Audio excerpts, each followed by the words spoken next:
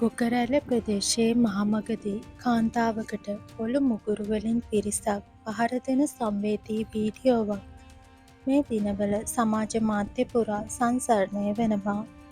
පෞද්ගලික ආරවුලක් මත සිය පුතුන් දෙදෙනා විසින් එසේ තම මව මහමග දණගස්වා පොළු මුගුරු වලින් පහර දීම සිදු කර තිබෙනවා.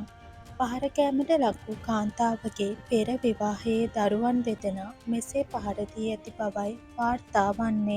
අදාළ සැකකරුවන් මේ වන විට ප්‍රදේශයෙන් පලා ගොස් ඇති බවට වැඩිදුරටත් අනාවරණය වෙනවා. පහර කෑමට ලක් වූ කාන්තාව විසින් සිදුවීම සම්බන්ධයෙන් මාධ්‍යයට පවසන්නේ මෙවන් සංවේදී කතාවක්. අවුරුදු උත්සවයක් තිබුණ 16 වෙනිදා ඒකට සහභාගී වෙලා ගෙදර එන ගමන් දවල් 1:00ට විතර ගෙදර එනකොට එයාලගේ නංගිගේ පුතා පාර මැදට පැනලා කාර් එක නවත්තලා වලියක් ගන්න ඕනවට දැක පාර මැද්දට පැන්නා.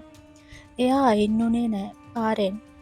මහත්තයා බ්‍රේක් ගහලා වාහනේ නැවැත්තුවා. ඊට පස්සේ යකඩ පොළු අරගෙන වාහනේට ගහගෙන ගිහිල්ලා වාහනේ ඇතුළේදී නංගිගේ පුතයි කොණ්ඩෙන් ඇදලා මට ගහලා මගේ ලොකු පුතා කොණ්ඩෙන් ඇදගෙන ආව එළියට ගත්තා. ඊට පස්සේ මගේ මහත්තයාට එළියට බහින්න විදියක් නෑ. මගේ අනිත් දුවත් වාහනේ ඇතුළේ හිටියා. මාව පාරේ ඇදලා ගිහින් පහර දුන්නා. මේ ගැන ගොකරැල්ල පොලිසියේ පැමිණිල්ලක් දැම්මා. පොලිසියෙන් මට කිව්වා හොස්පිටල් ගිහින් නවතින්න කියලා. ඒ පහර දීම් වලින් මගේ දණහිස් ගොඩක් තුවාල වෙලා මැහුම් දාලා තියෙන්නේ. වීඩියෝ එකේ පේන්න තියෙන්නේ මගේ ලොකු පුතා තමයි කොණ්ඩෙන් ඇදලා පහර දෙන්නේ. නංගිගේ මහත්තයා තමයි රතු පාට ටී-ෂර්ට් එකක් ඇඳගෙන ඉන්නේ. රතු පාට සරමක් ඇඳගෙන ඉන්නේ මගේ තාත්තා.